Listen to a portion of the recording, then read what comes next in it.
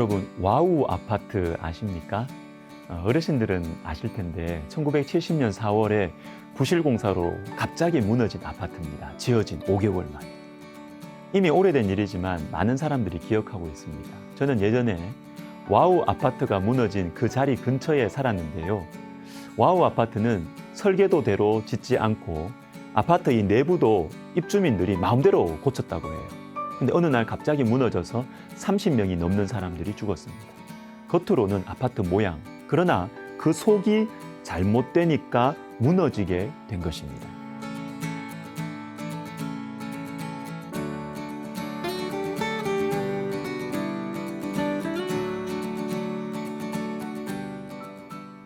마가복음 13장은 소묵시록이라고 불립니다. 종말에 대한 말씀이죠. 제자들이 예수님께 말합니다. 선생님이여 보소서, 이 돌들이 어떠하며 이 건물들이 어떠하니이까. 예루살렘 성전의 크기와 화려함에 대해서 말합니다. 그러나 예수님은 그것들이 다 무너질 것이라고 하십니다. 예수님은 끝을 보고 계시거든요. 그럼 예루살렘 성전이 왜 무너질까요? 지금까지 예수님께서 성전에서 행하신 일들이 그 이유를 보여줍니다. 강도의 소굴이다. 교만함, 간사함, 외식함. 여러분, 겉만 크고 화려하고 속이 말씀으로 채워져 있지 않으면, 속에 예수님과의 인격적인 관계가 없으면 무너질 수가 있어요.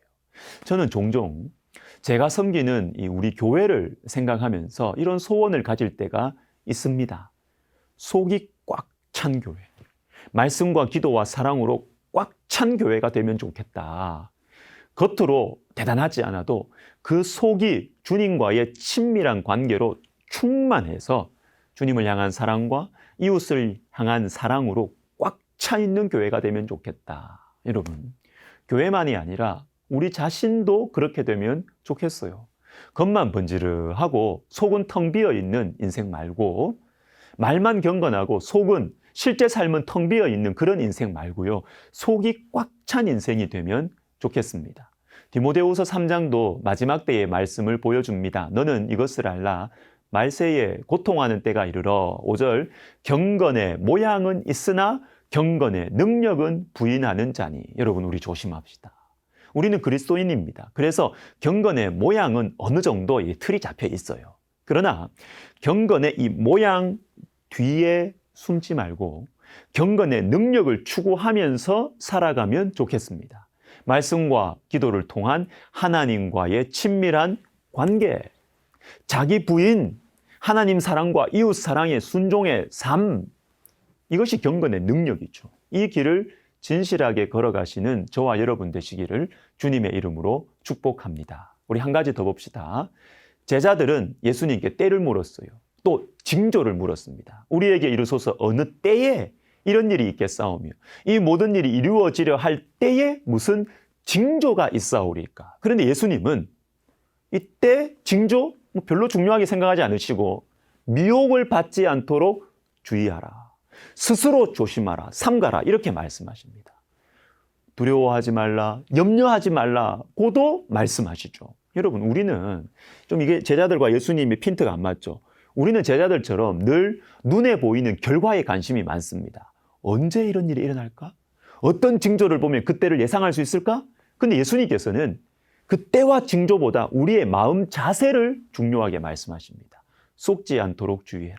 두려워하지 말라. 여러분, 쏟거나 두려워하면 어떻게 돼요? 말씀에서 벗어나기가 쉽기 때문입니다. 여러분, 마음 자세가 중요해요. 무슨 일이 언제 일어나는 것도 중요하지만 그건 사실은 우리 속은 아니잖아요. 하나님께 속한 것이지 이거는 우리가 무슨 일이 언제 일어나는 이거는 우리가 컨트롤할 수가 없어요. 우리에게 더 중요한 것은 마음의 자세입니다. 물론 때와 징조를 알면 미리 대비할 수는 있겠죠. 그러나 주님께서 우리에게 말씀하시는 대비, 주님이 우리에게 말씀하시는 준비는 시험 준비 같은 게 아니에요. 마음의 근본적인 자세입니다. 지금부터 말씀을 먹고 붙들고 순종하면서 살아갈 때 언제든지 작동하게 되는 근본적인 마음의 자세를 말씀하시는 것입니다. 요한복음 21장에서 베드로가 이 제자 요한의 마지막에 대해서 질문했을 때 예수님 이렇게 대답하셨죠. 이에 베드로가 그를 보고 예수께 여짜오되 주님 이 사람은 어떻게 되겠사옵나이까? 예수께서 이르시되 내가 올 때까지 그를 머물게 하고자 할지라도 내게 무슨 상관이냐? 너는 나를 따르라 하시더라. 여러분이 참 재밌는 말씀입니다. 내게 무슨 상관이냐? 너는 나를 따르라. 다른 사람의 마지막 그때 그 징조에 대한 관심 끄고 그냥 너는 주님을 따르면 된다는 것입니다. 찬송가 543장이 생각납니다. 어려운 일 당할 때 나의 믿음 적으나 의지하는 내 주를 더욱 의지합니다. 세월 지나갈수록 의지할 것뿐일세 아무 일을 만나도 예수 의지합니다.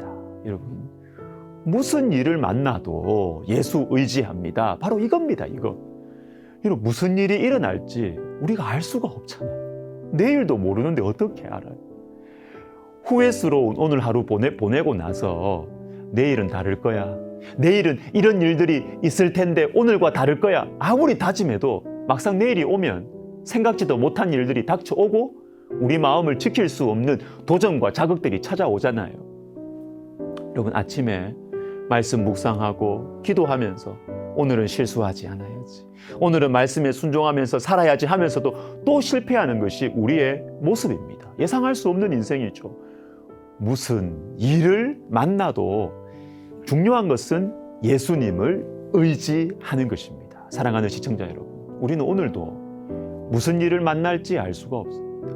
외부의 문제, 또 내 마음의 연약함, 무슨 일을 만나도 무슨 상황이 생겨도 주님을 의지하기를 기도했으면 좋겠습니다. 우리 기도하겠습니다. 하나님 아버지, 우리는 때와 징조에 대한 관심을 좀 내려놓고 하나님을 의지하는 마음, 하나님 말씀 붙들고 오늘 하루 이 순간을 순종하면서 살아가는 이 마음이 우리 속에 분명하게 새겨지는 은혜를 허락하여 주옵소서. 예수님의 이름으로 기도하옵나이다. 아멘.